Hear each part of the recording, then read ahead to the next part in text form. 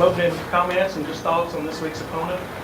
Well, I think anytime you got your first game of the year, I think that's going to be big for everybody. Obviously, we've been practicing and getting ready for this thing for a long time. If you go all the way back to January and early player meetings, and weight room, and all those things, this is what they've been working for. So I think everybody's ready just to get started. Just a little about Alabama State, what you know about them. Well, coaching in Prattville and having guys on my staff that played at Alabama State and knowing how important that was to them and, some of the history and tradition there. Of course, Coach Barlow came in and got that job when I was at Prattville, so a guy I know well, obviously know him as a player, got to know him as a head coach. He was a position coach when I was there at first, so a guy I respect. Recruited at our school and got to know him then. So, they've done a really good job. I think the last 3 years they're in their tied for the top record. Picked to win the SWAC this year. So, it's a big game for them. It's, I don't know how many times, I don't think they've played too many in that new stadium. So, that's going to be a big deal for them. They've got a lot of returners. So, we definitely have our hands, our work in our hands right now to get ready for this game. And just what do you see from them, maybe personnel-wise? Well, one of the things that sticks out to you is athleticism. Obviously, when you hear that they've got the #1 recruiting class in FCS, just from rankings, they've got tons of transfers coming in. They already had good guys back from, the running back to, 4 of their offensive linemen. A lot of their defensive guys are back, and then they filled in these holes, I would think, with a lot of big name transfers from some big name schools. So size, athleticism, that just kind of sticks out to you right now. Okay, we'll take some questions. Bill, I know you won't say today with the quarterback situation because it's an or. Right. But despite not saying, do you at least know who the guy is going to be, whether you say publicly? We feel pretty secure in who it is, I think once again, we came into Saturday scrimmage with at least 2 of them really performing well, which is kind of where we wanted to be. We wanted to feel good that, we've got 2 guys, and I've said all along, we feel like the second guy is going to get at least 1 series in the first half, and we're just going to kind of play it out and see how it works. I want to ask about all 3 of them. Okay. What and I'll do it separately or lump it all in and Sure. let you do it that way, but what distinguished Max through camp as the potential starter? Mm-hmm. What distinguished Eli as the potential starter? And what distinguished Kyle as the potential starter? Sure. It's going to be all 3. Sure. We start with Max. I think, we've got a guy who's played in big games. He's been in the wars, so to speak, and that's got to be a factor, yet all we can really factor is what we've seen out of him. And we've seen him really progress. One, understanding how we call things, what's the verbiage, what are we trying to get done here, and then obviously acclimatization to maybe the heat, the area, and we've seen him really progress. Now, we go to Eli. That's a guy, when we came out of spring, was the guy who was really untested because he was on the defensive side of the ball and young, and all of a sudden, you watch him in the spring game, and he's the guy that really probably grew the most, and he's continued to progress. So we can continue to see good things out of him. So it's not just athleticism with him. He's got a great arm. He's got a chance to be a really good quarterback. And then, of course, West was a guy that kind of came out of nowhere and was our starter. We thought our starter coming out of the spring, and he is a really good game manager. He's one of those guys that if you blitz him, he gets rid of the ball and goes where he's supposed to. He's a really good 2-minute quarterback, which is, so they've all 3 got things that we like, and they're not huge differences in any of them. So it's a little bit of a problem, but it's kind of a good problem also. And because it's a first game. Right. Is the game experience the biggest factor in determining? Because, if it was a middle of the year thing, it might be different. But it's the first game, and this is one guy that's ever played. Potentially, that's right. a big factor. Right. Correct. That could be a big factor, yes. I think, we have to factor, that goes into those factors. What are the factors that differentiate? Right. He's got that nobody else has got. But that won't necessarily be the override. No, and I think, you just keep putting checks in his column. What has this guy got? What has he done at practice? What has this guy done? And then, he's got that check nobody else can have. So that adds to his favor. I'm not saying that's going to be the only factor, but that does help him.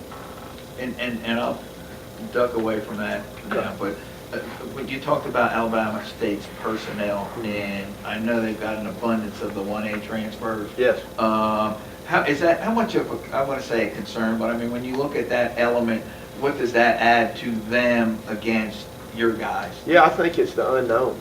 And I think any coach would tell you, let me have a film on a guy and say, here's who he is, here's what he's trying to do. Now, can they change week to week? Sure they can, but tendencies are created by people doing things that work, or run behind this guy, or give the ball to this guy, or we're going to throw deep to him. So when you add 10 new guys, I mean, you can go back and look at Jacksonville State and say, hey, we think this guy, he's still starting. We know who he is. This is his strengths. Here's his weaknesses. So then you add a bunch of guys to that mix, what are their strengths? How does that change their team? Does that guy become a go-to guy? Does he make their defense different? It's just the unknown, and I think that's hard for any coach. In a sense, are they as new as you are to you? You know what I mean? Because you're. Yeah, I think they really are in some ways, just because you've got a new defensive coordinator. There's not a ton of stuff to look at on him. You've got new players, and it's a new season. I mean, I think any coach, is going to go study. He's going to go, he's going to go visit. Hey, this didn't work for us last year. This is kind of new on the cut. I mean, we've seen people change from spread offense to wishbone. I mean, if we want to go back in history, and that's kind of where I'm at as a coach's son. I love the history of the game, and we can go back to Alabama going to the wishbone one year, and they've been a passing team. So anything can happen in the first game.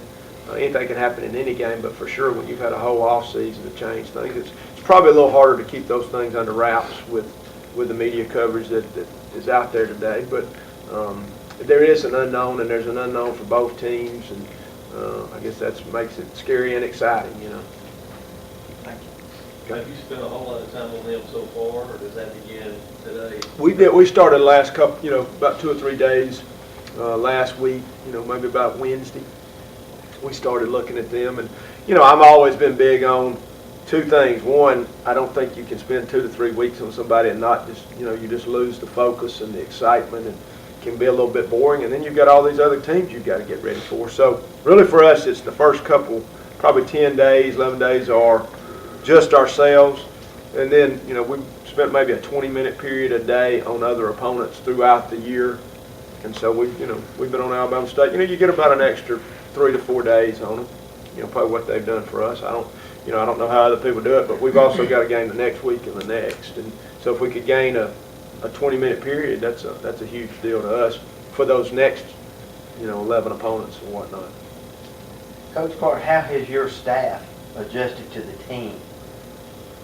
I think that's been one of the things I've been the most proud of since we got here. I was lucky that I had a pretty good idea of who I wanted here, and I was telling the story yesterday to a men's group that those guys were picked on what kind of people they were, and to see them with our players and the bonds, and it's really been good, and we've been in the weight room, and, from January till May, when we couldn't be in there any longer, we were in there every day we could be in there.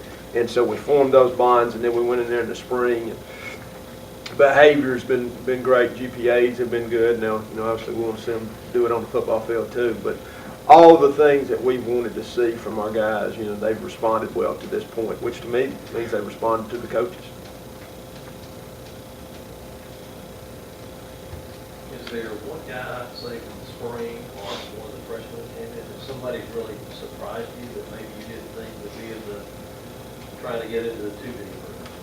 Yeah, I mean, anytime you see a freshman that travels, and sometimes that's need of a position. So if you see some guys on our 2D that are maybe a true freshman, maybe that was a position that was a little weaker, or maybe that guy's just really surprised you. So without, calling out any names, all you got to do is look at the 2 deep and say, hey, there's a freshman that's getting to travel, so he's done well, and maybe he was a position that we had to have some immediate help on as well. But I've been pleased with our whole crop of guys that came in, and they've acclimated. We got almost every one of them in here the whole summer. We've seen a big, I think physically and just hopefully the way they look and and how, you know, what kind of shape they're in, all that. I've seen, you know, obviously a big difference since we've been here in January, for sure.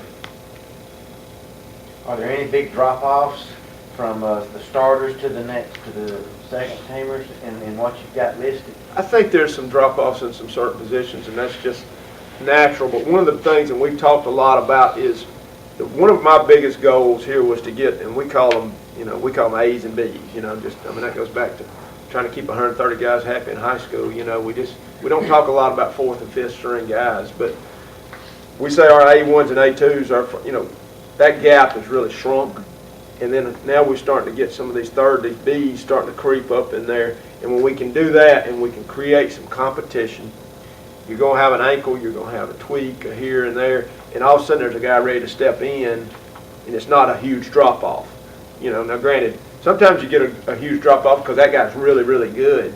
I don't know if we've got a ton of those guys, but I think we've got a lot more of the bottom moving up toward the top, which creates competition, helps you in injury situations, makes for a better team, which is what I'm looking for. So I think I've definitely seen that.